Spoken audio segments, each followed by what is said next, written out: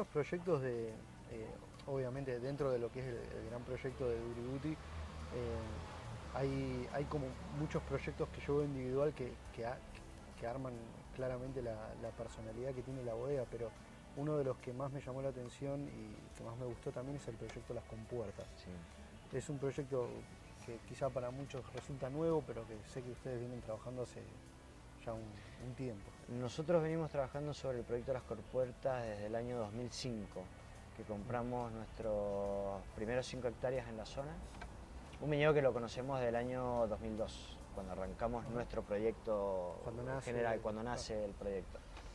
Por el formato que tiene Duributi, la etiqueta de Duributi, el label de Duributi tiene el formato de un blend de regiones. Después fueron incorporándose cosas nuevas como el HD, que va firmado por mi hermano, que es Altamira, Carmela, que era Las Compuertas. Iba a preguntar eso, si HD era por hermanos Duributi. Depende de quién está sentado. Eso puede ser o hasta High Definition, Héctor Duributi o hermanos Duributi. Pero ahora lo estamos blanqueando. Hemos dicho, esto es tuyo, Héctor Duributi, Carmela es Pablo Duributi. Pero sí, ha sido siempre... En las presentaciones era una herramienta que usábamos mucho para divertirnos un poco también con... Me imaginaba que algo había. Sí. Y bueno, entonces aparecieron los single vineyard, el blend de regiones y las compuertas, que el proyecto de las compuertas no podemos hablar de un vino de single vineyard, sino de un vino de finca, ¿no? Como te decía, en el 2005 pudimos comprar 5 hectáreas de una parcela de 30 que ha sido de una familia histórica ahí de la zona, donde desgraciadamente por el avance de los barrios privados, de los country, de la ciudad hacia a la zona de Luján de Cuyo, un poco desmedido, ¿no? Se han ido perdiendo grandes superficies de esta zona, de las compuertas, donde es una de las zonas donde los viñedos más viejos están ahí, del 1914, 1920. Mejor no pensar las cosas que se perdieron, ¿no? Ahí. Se perdieron muchas cosas con el avance más. Y bueno, nosotros también, lo que te decía, por filosofía de vida y demás, decidimos vivir ahí, comprar esas 5 hectáreas, hoy tenemos 25, en el año 2005 arrancamos con eso, y ahí empezó todo un trabajo de preguntas y respuestas, el por qué. Me hizo acordar mucho de Carmela, ¿no? Que está en esa etapa y el por qué. ¿Por qué? ¿Por qué? Bueno, cuando compramos esa finca empezamos, ¿y por qué no madura esto igual que aquello que es del 1914, todo igual, le da el sol igual, el suelo se ve todo igual y demás, los trabajos culturales son todos iguales, el agua es todo igual y demás? ¿Por qué no? ¿Por qué?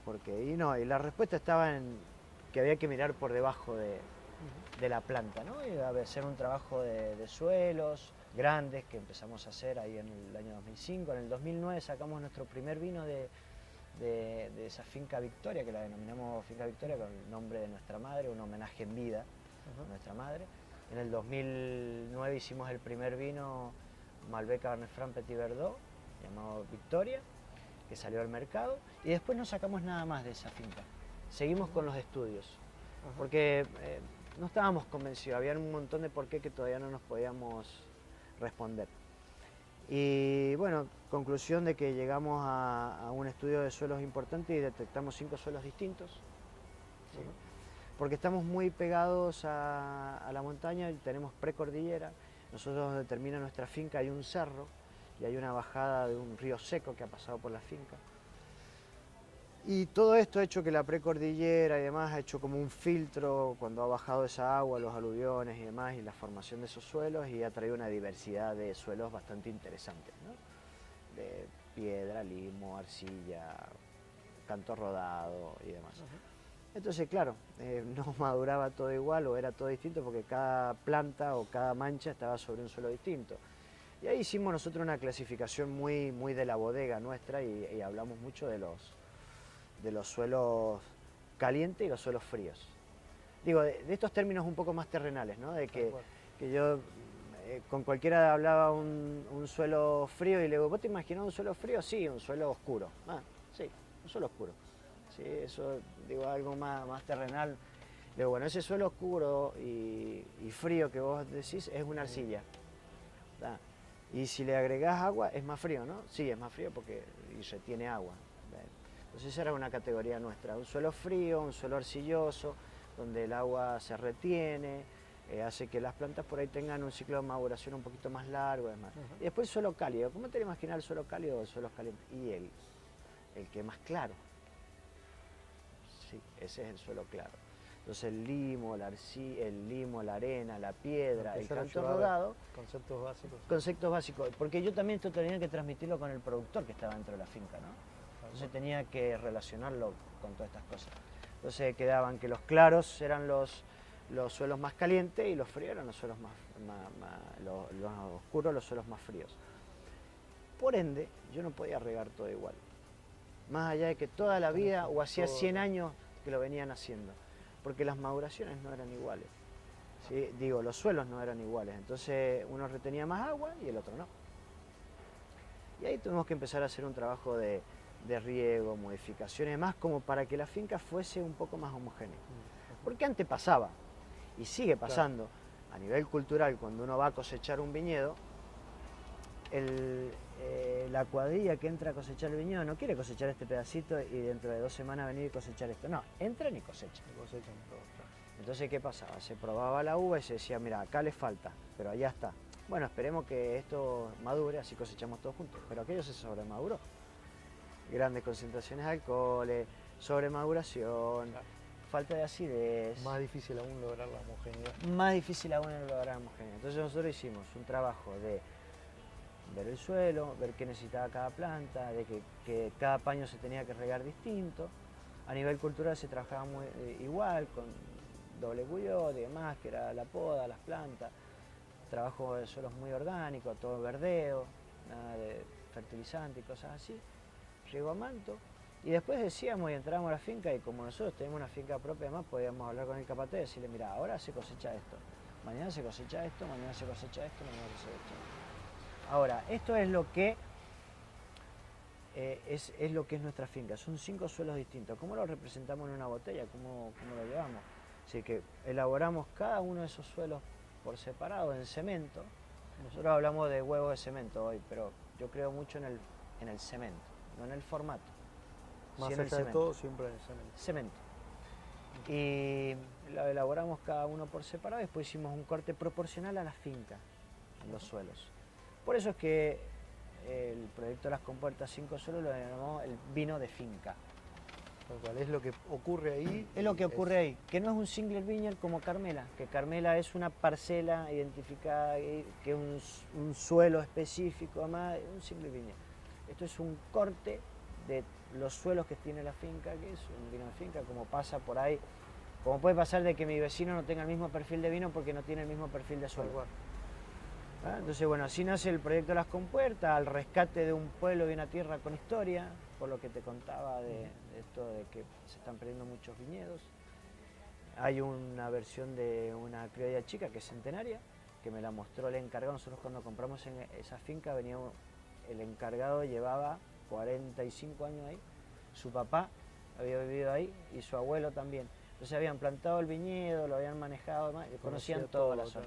Me presentaron y me mostraron una parte de la finca que tenía un parralito de criolla y me contaba que ellos hacían su vino para tomarlo de ahí.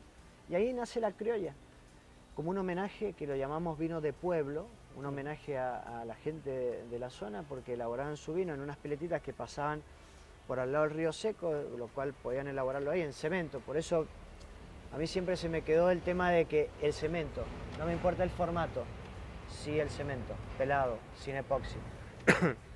Y hicimos la primer criolla de un parral de viñedo centenario en homenaje a ellos, conceptualmente igual que como trabajamos todo con lo de Brut y la labora autóctona y demás, trabajo bien orgánico, ¿no? No vamos a entrar en lo que es proceso de elaboración, pero algo muy orgánico, algo muy cuidado desde el punto de vista de materia prima y cuidado desde el punto de vista de controles de calidad dentro de la bodega, llamémoslo de alguna forma, ¿no? La gente pruebe y te atenta a todo. Y así hicimos un vino que la idea era un vino difícil de entender, un vino como lo que habían hecho ellos antes, que la diferencia, volver a los orígenes, un poco la diferencia iba a estar nada más de que nosotros nos teníamos las barricas eso que ellos tenían de hacía 50 años, Nosotros decidimos no ponerlo en madera, solo cemento, Solo pero ellos lo guardaban antes. La única forma que tenían era guardarlo en esas barricas que tenían 10, 15, 20, 30 años y iban sacando el vino de ahí para tomarlo ahí, todos los días. tal cual. Entonces así sale nuestro primer criolla chica de Parral, se hacen 2.500 botellas, así es aproximadamente una planta, una botella, porque el Parral tiene 3.000 plantas, una planta, una botella. Estamos en recuperación de ese viñedo. Después... ¿Lo ves viable a eso? ¿Ves que...? Sí. De recuperación y no va a crecer más, porque esa hectárea y punto, para tener el viñedo centenario. Y después un cordisco, que es un viñedo experimental nuestro, que proviene del Monte Pulciano de la zona de Abruzzo, que en la Argentina entra como cordisco, bueno, se puede llamar de Montepulciano por la denominación de origen y porque hay un vino en la zona de Montepulciano que es el vino Nobile de Montepulciano, que se hace con Sangiovese, no tiene nada que ver una cosa con la otra. Es un viñedo experimental de 0,8 hectáreas, de una producción, digamos, una reproducción de plantas, que el primer viñedo que entró a la Argentina entró a San Juan. Ahí está el primero y el único de San Juan, está ahí. En Mendoza no hay Montepulciano, ahora tenemos nosotros. Y fuimos en la poda, se sacaron las estaquitas, igual que viste cómo hace la abuela en la casa, que corta la rosa y después la entierra para poder reproducirla. Así, tal bueno, tal cual, cortar el sarmiento, venir a Mendoza, plantarlo en un vivero en la finca y hacer una plantita. Bueno, eso nos llevó varios años porque esa reproducción, al no ir a comprarla a viveros y demás, es más compleja. Tenemos 0,8 hectáreas plantadas, son unas 3.000 plantas, una cosa así. Y hicimos nuestro primer vino de cordisco, un vino también muy entendible, muy amable y demás, que con colores muy tenues, algo muy invasivo. Lo probé varias veces, por suerte, ese vino, y la verdad que me asombra la capacidad de expresión que tiene, ya sea, que en la mesa esté alguien que entiende muchísimo de vinos o no. Logra esa dualidad de poder gustarle a alguien que por ahí está muy entrenado probando vinos, catando, y por ahí alguien que simplemente disfruta un buen vino. Y la verdad que me sorprendió eso, me sorprendió la Sí, eso la que decís versatilidad que tiene. es muy importante y ha sido así. Y bueno, es un poco cuando viste el desafío, cuando uno tiene que diseñar un vino, tiene que pensar primero qué es lo que querés poner en la botella en el mercado y después darte vuelta y buscar la zona y el varietal para eso. Porque mucha investigación así. Mucha investigación, yo creo mucha también experiencia en el mercado. Nosotros este cordisco lo conocíamos elaborándolo en otras bodegas, en otras empresas, para otro tipo de producto y demás. Y yo siempre me había quedado con el tema de, primero, que estas raíces italianas y demás, tener un varietal italiano dentro de la finca. Y aparte de buscar un producto que tenga una baja graduación alcohólica, con un buen equilibrio de acidez, fruta, pero también que sea una fruta elegante y que tenga estructura, digo, que tenga cuerpo. Y me costaba verlo en otros varietales y en este lo encontramos. De hecho, después de hacer nuestro vivero en la finca, nos empezamos a preguntar ¿y cuál es el suelo para este cordisco? Porque venía de una zona mucho más cálida, de un suelo mucho más liviano, y lo estábamos plantando en una zona con más altura, con mayor amplitud térmica, y la planta iba a sufrir un poco más porque tiene ciclo de maduraciones largo. Claro. ¿Sí? Entonces dijimos, bueno, ¿qué hacemos? Y bueno, ahí empezamos a pensar. 1.050 metros, 1.070 metros sobre el nivel del mar, con muy buena amplitud térmica, muy frío a las noches. Digo, la planta no hace falta prender el aire acondicionado, siempre digo como nosotros, porque siempre tengo la teoría de como un ser vivo. Tal cual. La planta es un ser vivo, ¿no? Lo cual en el día está consumiendo energía además, y en la noche tiene que juntar energía, tiene que descansar para el otro día seguir en actividad, como nosotros. Tal cual.